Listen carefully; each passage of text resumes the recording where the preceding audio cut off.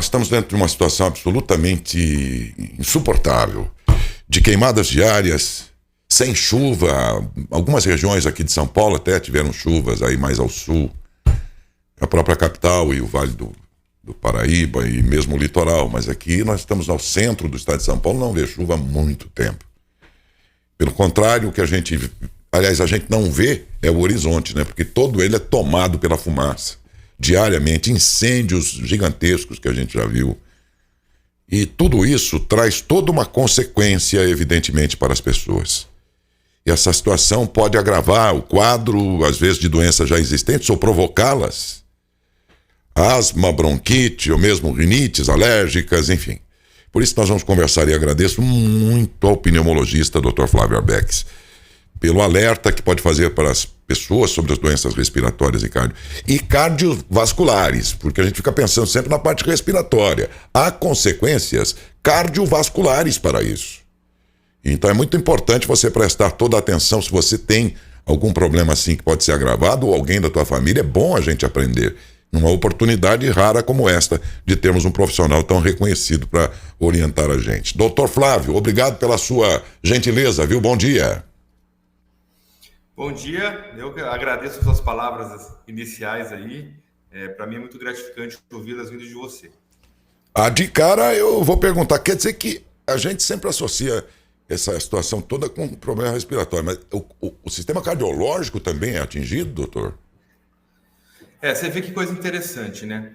Quando a gente respira um ar poluído como esse, né, que a gente está vendo queimadas que levam à atmosfera diversos poluentes, além do tempo estar muito seco, a falta de chuvas, nós respiramos partículas que levam a um processo inflamatório. Então, essa partícula pode chegar no pulmão, isso leva a uma inflamação, um incômodo no pulmão, e isso acaba repercutindo na corrente sanguínea em uma inflamação sistêmica.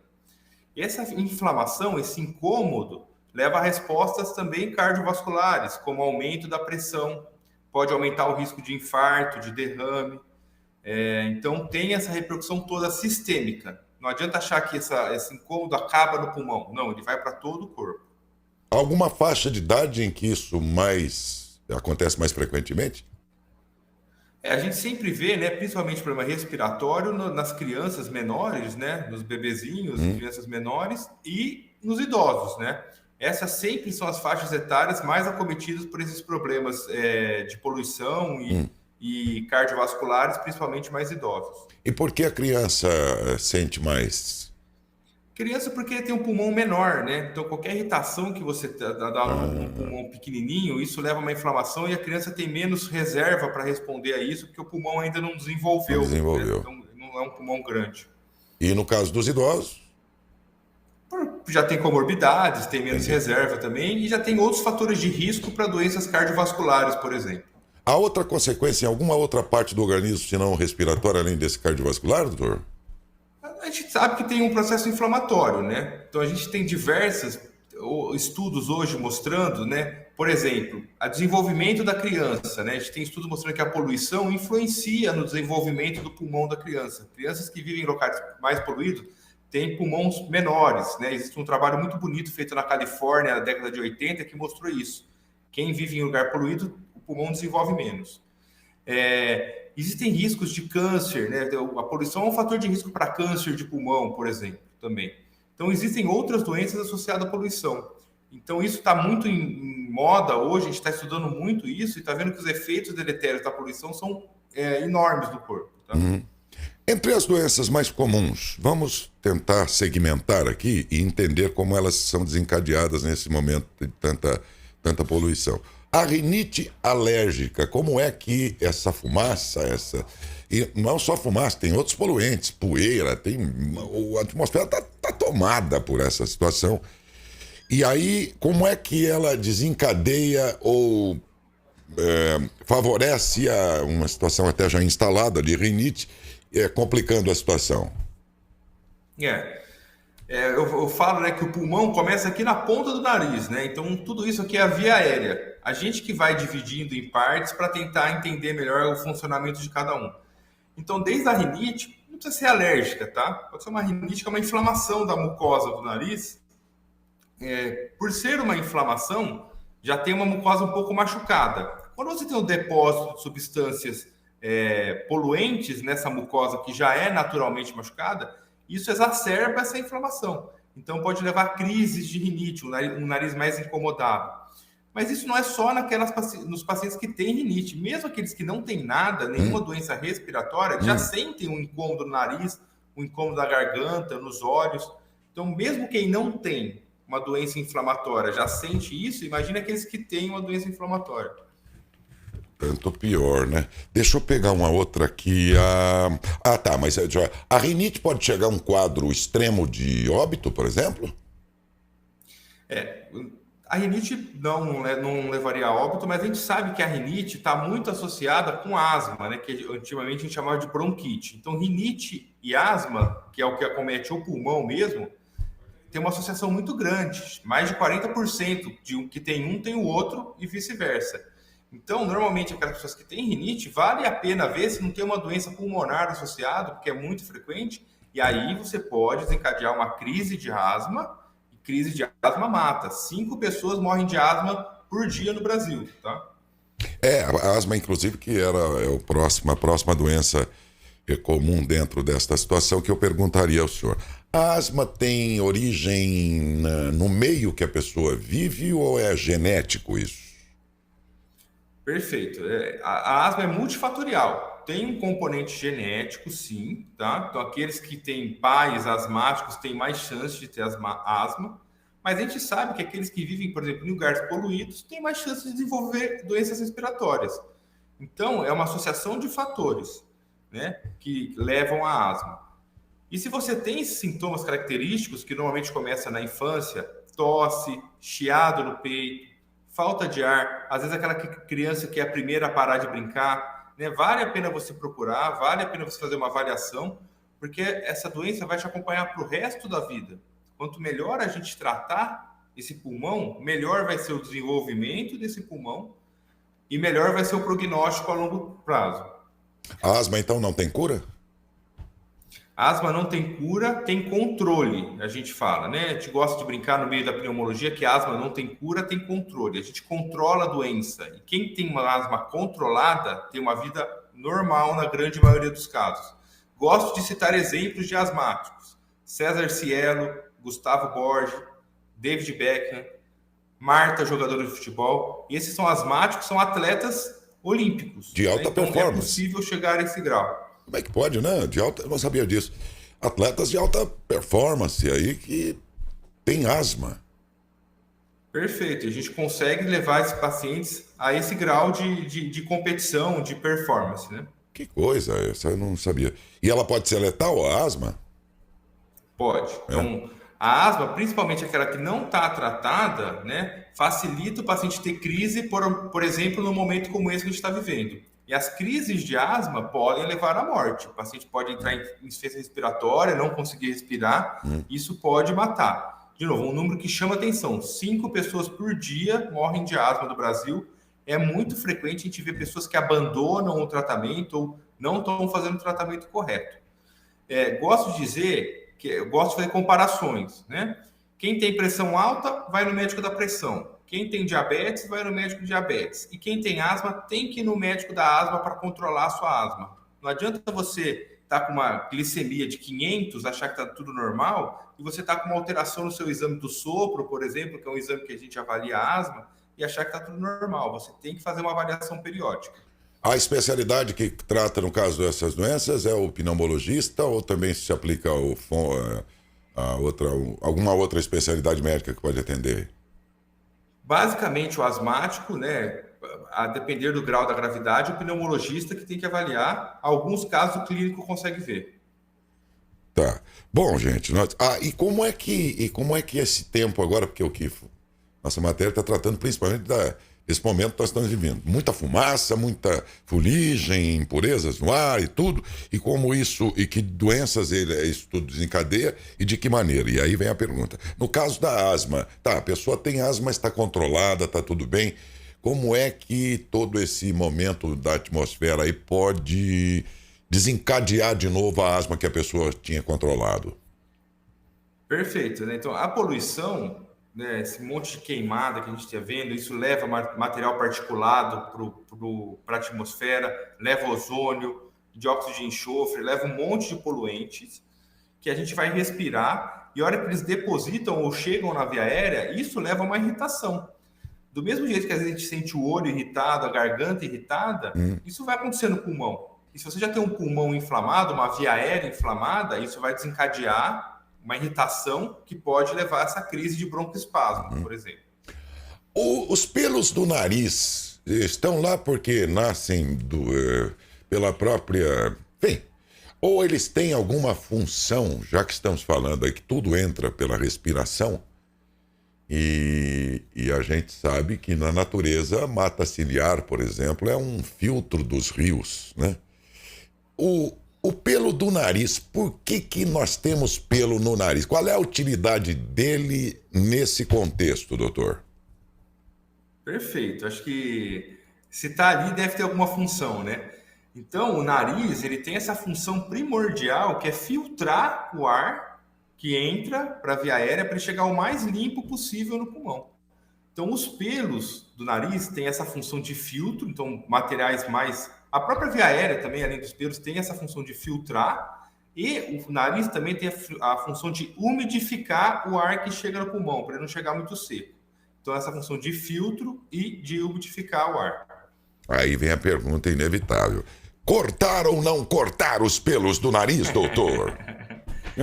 Não, acho que esses iniciais, assim, acho que não tem problema, né? A gente tem essa questão estética, mas fiquem tranquilos que por dentro tem bastante tem pelo mais também para continuar filtrando. Tem mais depois, olha, que não são vistos, Tem então. um pouco.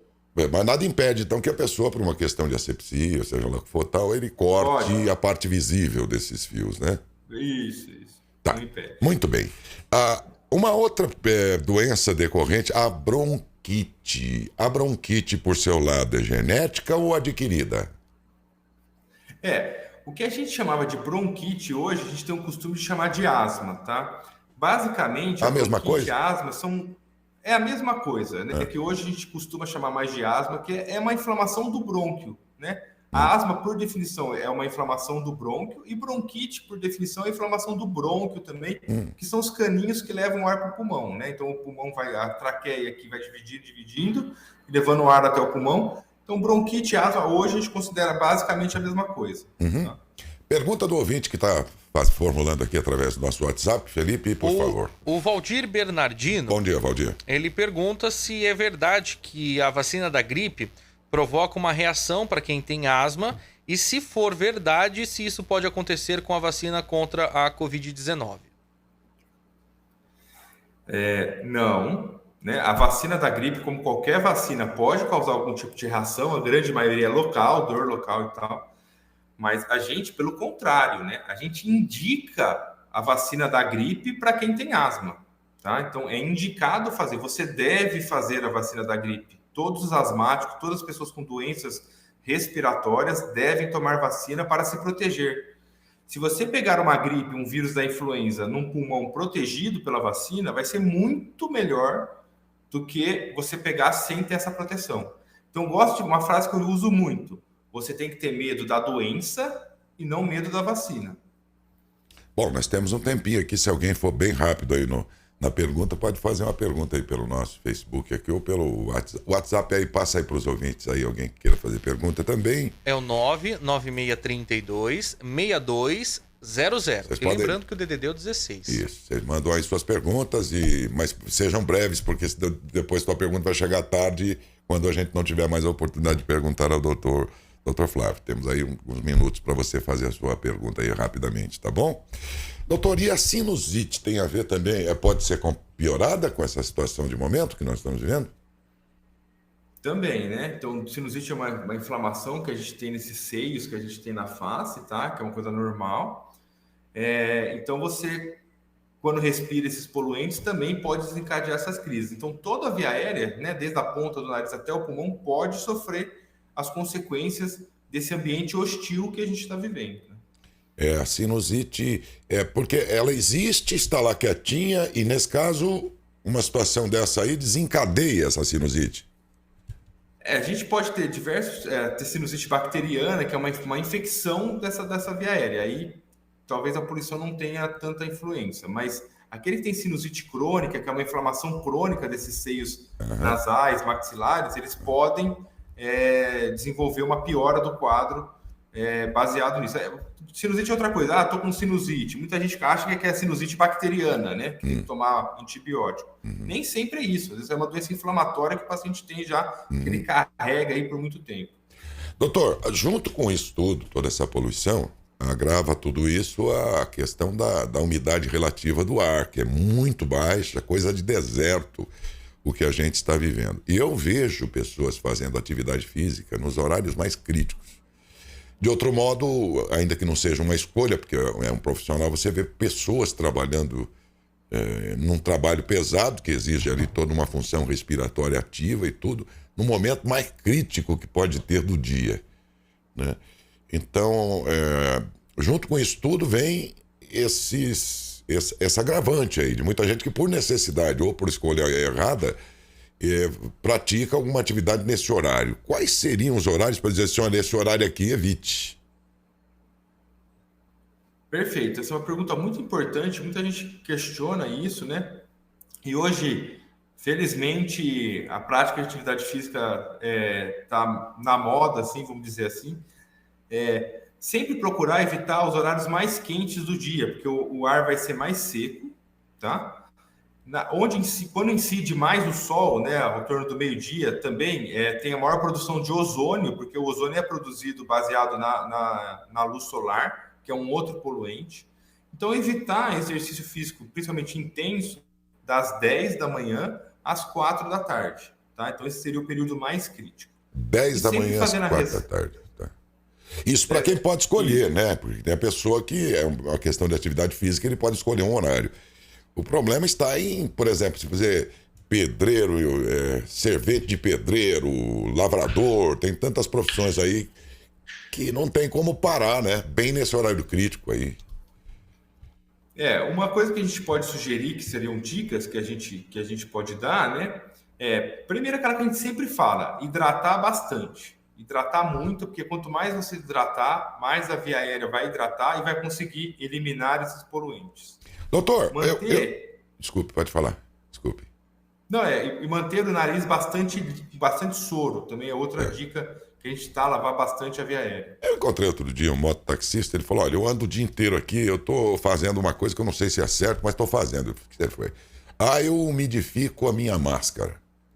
Porque aí eu tenho ele fala, ele imaginou que com isso ele teria a função de proteção e ao mesmo tempo estaria respirando ali um ar mais úmido. Isso é recomendável? Então, ele está quase perfeito, porque realmente a máscara, por um acaso que a gente está usando máscara, ela acaba protegendo contra esses poluentes. A máscara não deixa de ser um filtro, então ela está filtrando o poluente e protegendo contra contra a Covid. Mas, a hora que você molha a máscara, com certeza ela perde propriedades de proteção contra o Covid, que são partículas menores, tá? Então, o adequado não seria molhar a máscara no sentido de você proteger contra a Covid. Não vejo problema dele estar com um pano úmido ou a máscara úmida quando ele estiver andando de moto e sem contato com nenhuma pessoa. Mas não pode esquecer que a hora que tiver contato, ele tem que proteger contra a Covid também.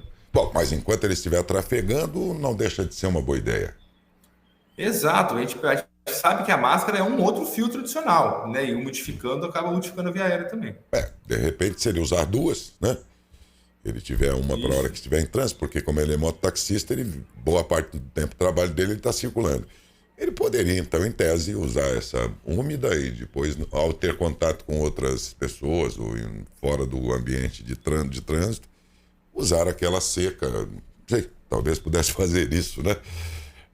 Mas por falar em umidificar ambientes, em casa ou no trabalho, em locais que a pessoa tem essa comodidade de fazer alguma coisa dentro de um ambiente reservado, o que fazer para que esse ar tenha melhor qualidade de umidade, principalmente? Perfeito. Essa também é uma pergunta muito importante que a gente ouve com muita frequência.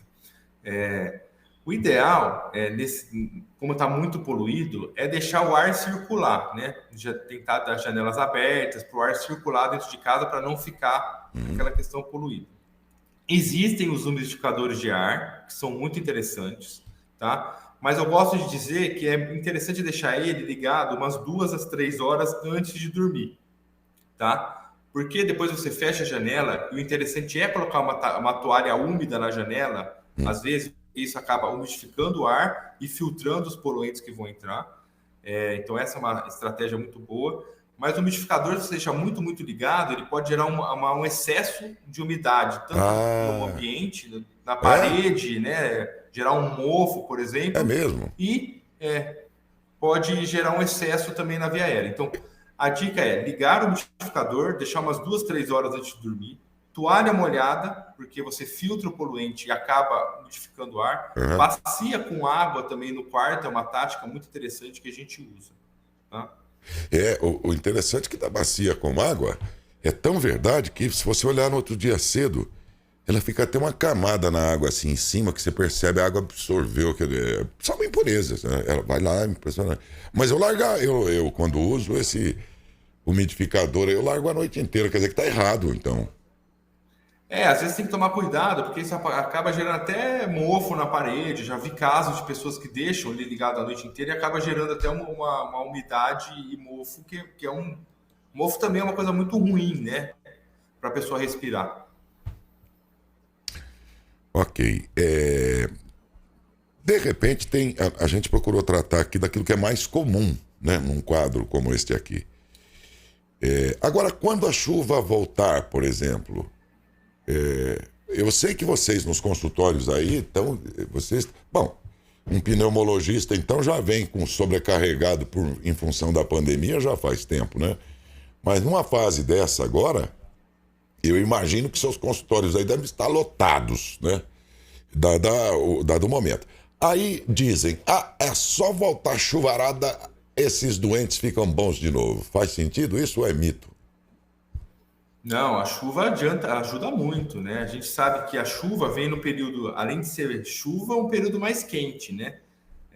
Quando as estações respeitavam isso, está vendo cada vez menos elas respeitam isso, mas além de estar úmido, está quente. Então isso ajuda muito o paciente, né, a melhorar essa via aérea, menos poluição no ar, menos ar seco, mais quente, então tudo isso ajuda. Então a gente brinca que a pneumologia é uma especialidade sazonal, né? A gente tem o pico, né, no outono e inverno de procura ao consultório, por isso tudo que a gente está conversando aqui, e no verão normalmente melhora mais com essa época de chuvas. Logo no começo da pandemia, foi dito, pelo menos no mundo inteiro aí, que o inverno ele seria um inimigo do vírus do Covid, né? Ou melhor, seria parceiro, porque ele seria um facilitador do Covid, né? Foi isso que foi dito até hoje. É claro que tem muita coisa para a ciência ainda estudar sobre isso, mas a observação médica hoje em dia é fundamental para a gente ter umas primeiras conclusões, né? Os médicos estão observando tudo e percebendo já algumas coisas que depois, cientificamente, a humanidade vai ter tempo para estudar, para pesquisar, enfim. Mas pelo menos falava-se que o inverno seria o aliado do vírus. E a gente já está entrando numa situação agora de extremo calor, né? Esse novo clima aí que nós estamos vendo, pelo menos nesse sentido, pode estar ajudando o brasileiro, por exemplo, que está dentro aqui no hemisfério sul já do início de verão? Por que a gente fala que o inverno ajuda os vírus, né? Isso não é só para o coronavírus, mas é para todos os vírus respiratórios, né? Porque justamente a gente tem um ambiente mais propício para a gente pegar vírus respiratórios no inverno, que né? A gente fica mais fechado em casa, quanto mais gente aglomerada nos lugares mais fechados, maior a transmissibilidade de vírus respiratórios.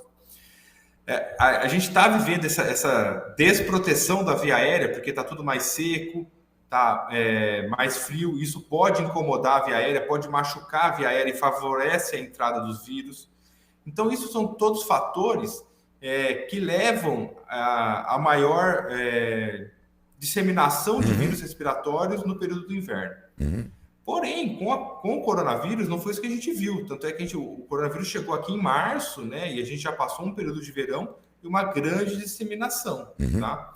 Pode ser que quando ele se tornar um vírus endêmico mesmo, que é o que a gente imagina que vai acontecer, essa transmissão aumente, como todos os vírus respiratórios, no período mais frio e mais seco do ano, que é o período do inverno. Vê que faz sentido, né? O momento mais crítico foi março, abril e maio, que ainda não era inverno.